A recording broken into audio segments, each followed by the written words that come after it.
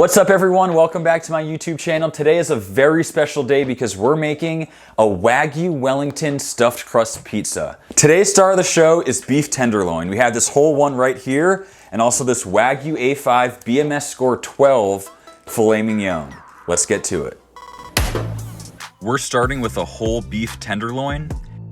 Get that trimmed up. And our goal is to make the longest beef Wellington that we can. We do so by butterflying the meat lengthwise, cutting all the way till the very end, unfold, then butterfly lengthwise one more time. The result is a 7-foot long piece of meat, all roughly the same thickness. Perfect for a beef Wellington. The next step is to sear our beef. Now you could use a regular grill, but I like using a blowtorch, as we can very accurately sear just the exterior and avoid overcooking the inside. Time to put the work in on your mushrooms. These are gonna add a ton of umami. Let those cook down as we get started on our Wellington. For this beef Wellington, we're gonna need 2 to 3 packages of puff pastry. Roll those out pretty thin and slice in half. Mix up a few egg yolks. This is gonna work as the glue that binds our puff pastries together. Gently lay out your puff pastry and firmly connect the edges. If you're enjoying this content, it means so much to me if you gave this video a like. The next layer of the beef Wellington is our prosciutto. Lay out in single file. This is gonna add a really nice salty and savory component to the dish. As our Wellington begins to take form, start to spread out the mushrooms on top of the prosciutto.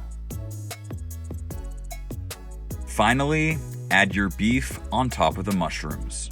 At this point, you can really start to see how the flavors of a beef Wellington come together. You have the buttery and crispiness of the puff pastry, salty prosciutto, flavorful mushrooms, and that tender beef. We finish with some mustard. This is gonna help to cut through all of the rich flavors and really bring the dish together. Season lightly with a salt and pepper based rub. Really no need to go heavy here as the prosciutto and mustard bring their own salty components.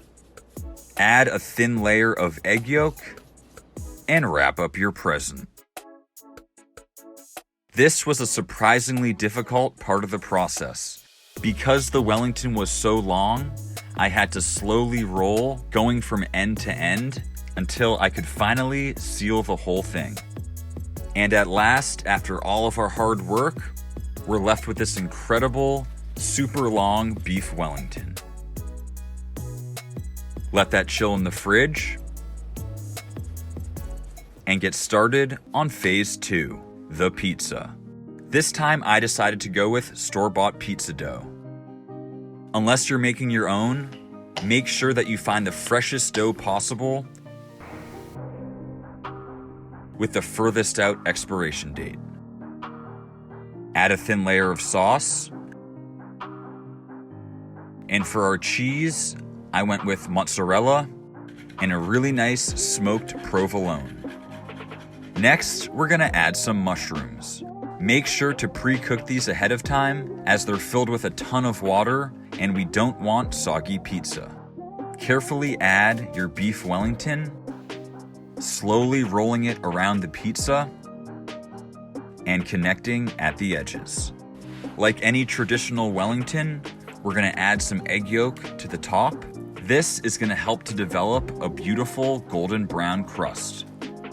Finish with some flaky salt and admire your beef Wellington stuffed crust pizza. Get that into a screaming hot oven as we get started on our Wagyu A5 filet mignon. This is an extremely rare cut of beef. The marbling is absolutely incredible, and to have a BMS score of 12, it needs to be over 50% fat. And while that might seem like a lot, the fat within this piece of meat is incredibly buttery and delicious. Add a thin layer of oil and season lightly.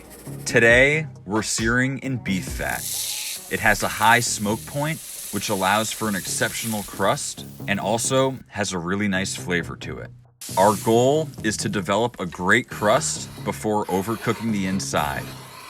While I enjoyed most of this on its own, we're saving several chunks for the most incredible pizza topping. Remove the pizza once we hit an internal temp of 120 on the Wellington, top with more prosciutto and some of that Wagyu, and we're left with all of the components of a Beef Wellington as toppings, and of course, our incredible Beef Wellington stuffed crust. Slice, and this is the result. Perfect medium rare on our Beef Wellington.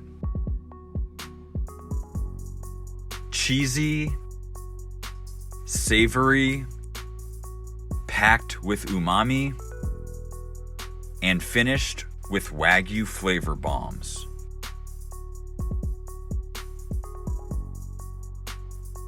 All right, so we just finished up and I gotta say, this thing is looking incredible. The kitchen smells amazing. I can't take it any longer. I'm going for the bite. All right, so I'm gonna start with the pizza. We have that Wagyu A5, that prosciutto, that cheese. I'm going for it.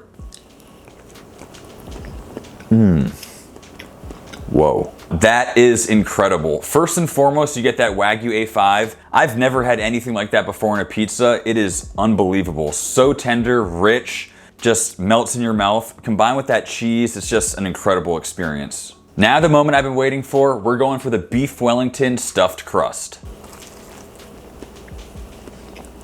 Wow. I don't know which part's better, to be completely honest. That crust cooked at the same time as the inside, so we got that nice medium rare, crunchy exterior. Now the one thing I will say is that we didn't quite get as much of a crisp on that pizza as I would have liked. Because that Beef Wellington is filled with moisture between the mushrooms and the beef, some of that moisture escaped, so the bottom didn't get that super crispiness that I love in a thin crust pizza. But overall, I'm so happy with how this came together, visually, flavor-wise. It was just such a fun experiment and tasted great. Thank you guys so much for watching. I really hope you enjoyed this content. If you did, be sure to give this video a like, subscribe to my channel. I have so much more amazing content coming your way. I'll see you next time. We're making a Wagyu Wellington crust stuffed, Wagyu Wellington stuffed crust pizza. We're making a Wagyu Wellington